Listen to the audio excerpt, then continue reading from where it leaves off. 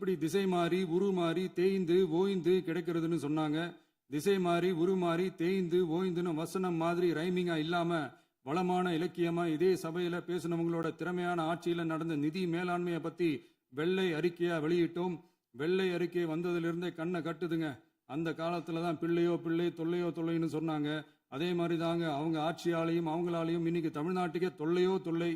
இப்படி ஒரு நிலைமையை உண்டாக்கி வச்சுட்டு இவங்க சொல்றாங்க நமக்கு ஆட்சி செய்ய தெரியாதுன்னு. நம்ம அமைச்சர்களுக்கும் நம்ம சட்டமன்ற உறுப்பினர்களுக்கும் ஒன்றும் தெரியாதுன்னு. ஆமாங்க, எங்களுக்கு தெரியாதுதான். எங்க சட்டமன்ற உறுப்பினர்களுக்கும் அமைச்சர்களுக்கும் மக்கள் பணி செய்ய தெரிஞ்ச அளவுக்கு மக்கள் பணத்தை சுருட்ட தெரியாதுதான்.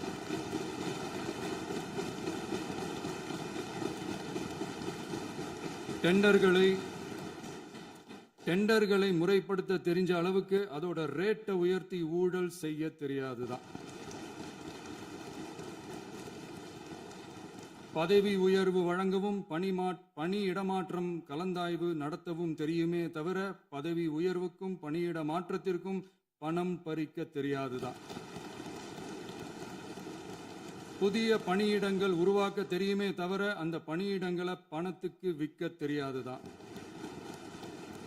கோயில்கள்ல நடக்கிற நிர்வாக சீர்கேட்டை தடுக்க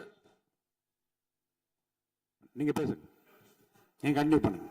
கோயில்கள்ல நடக்கிற நிர்வாக சீர்கேட்டை தடுக்க தெரியுமே தவிர கோயில் பணத்தை கொள்ளையடிக்க தெரியாதுதான். தங்கத்தை உருக்கி தாரை வார்க்க தெரியாதுதான்.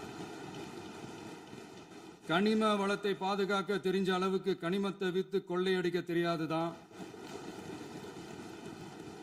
அரசு வருமானத்தை அரசு கஜானாவுக்கு மாத்த தெரிஞ்ச அளவுக்கு அந்த பணத்தை தனிப்பட்ட கஜானாவுக்கு மடை மாத்த தெரியாதுதான்.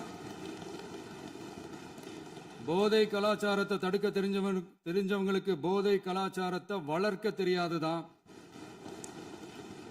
நம்ம குடும்பத்தில் இருக்கிற பாட்டி, அம்மா, அக்கா, தங்கச்சி, குழந்தைங்களை, பெண்களை மதிக்க தெரிஞ்சவங்களுக்கு ஓசி பஸ்,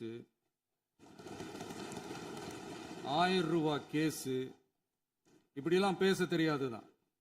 எங்க உறுப்பினர்களுக்கும் அமைச்சர்களுக்கும் மக்கள் சேவை தெரிந்த அளவிற்கு சுயநல தேவையை செஞ்சிக்க தெரியாதுதான். அதனாலதான் சொல்றோம், எங்களை பார்த்து எதுவும் தெரியாதுன்னு சொல்றவங்களுக்கு சொல்றோம், இதெல்லாம் எங்களுக்கு தெரியாதுதான். உங்களை மாதிரி முறைகேடுகளை செய்யறத நாங்க தெரிஞ்சுக்கவும் போறதில்ல, தெரிஞ்சுக்கவும் ஆசைப்படல. அத கடைசி வரைக்கும் எங்களுக்கு தெரியாமலே இருந்துட்டு போகட்டும். அதனால நாங்களும் எங்க மக்களும் வெரி வெரி ஹாப்பி தான்.